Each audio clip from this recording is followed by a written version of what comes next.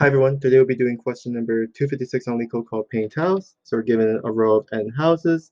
Each house can be painted with one of three colors. And the cost of painting each house with a certain color is different. And our goal is to paint all the houses such that no two adjacent houses have the same color. And we want to find the minimum cost to paint all houses. Cool. So this is a classic DP question where we need to choose which house we want to paint with as long as it's not adjacent. And then using that idea, we can memorize all our results in our bottom to up approach.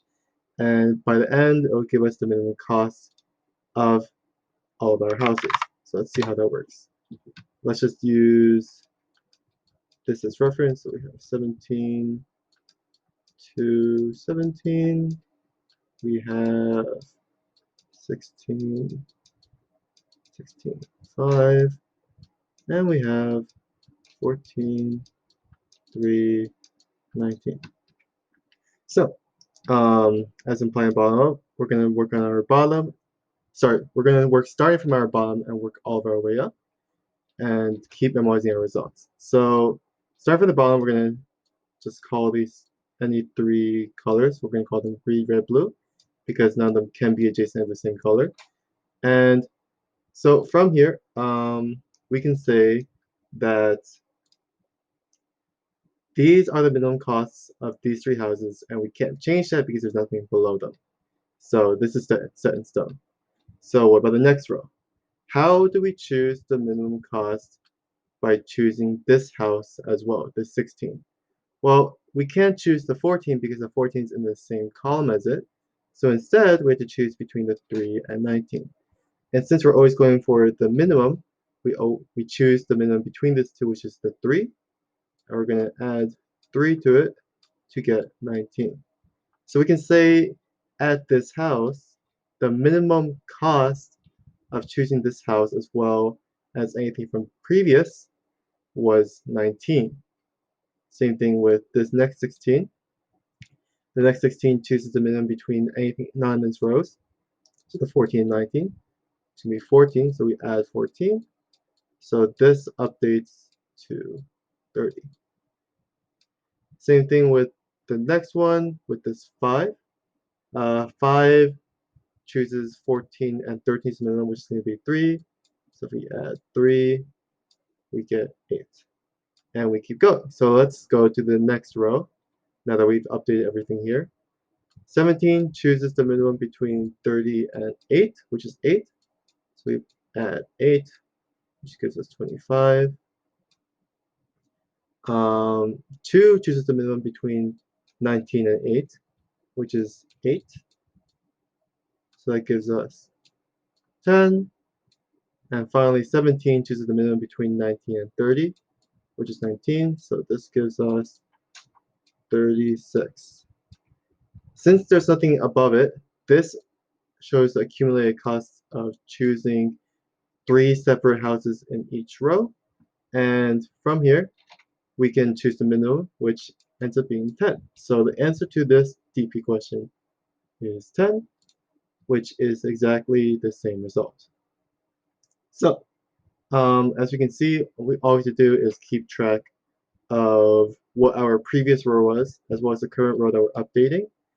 And from there, once we reach the top of the top of the matrix, then we'll have our minimum cost by choosing the minimum of those three values.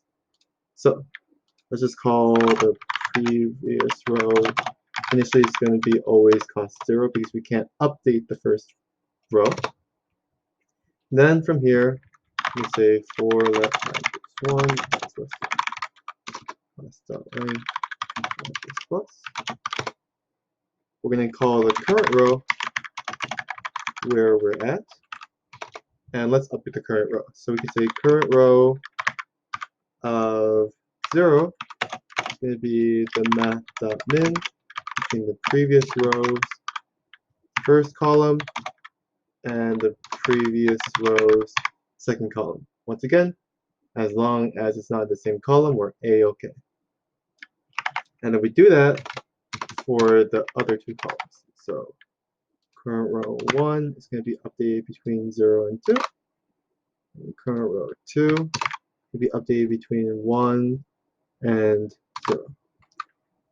And oops, one more thing. Since we're finding the accumulated cost every single time, we're going to be adding this minimum to here. And once this operation is done, we update our previous row up to where we are, and our current row up to the next row. So over here, we say previous row equals current row. So by the end of this process, the previous row will be at the top of the matrix. So at the end, we just have to say math.min between the 3 columns.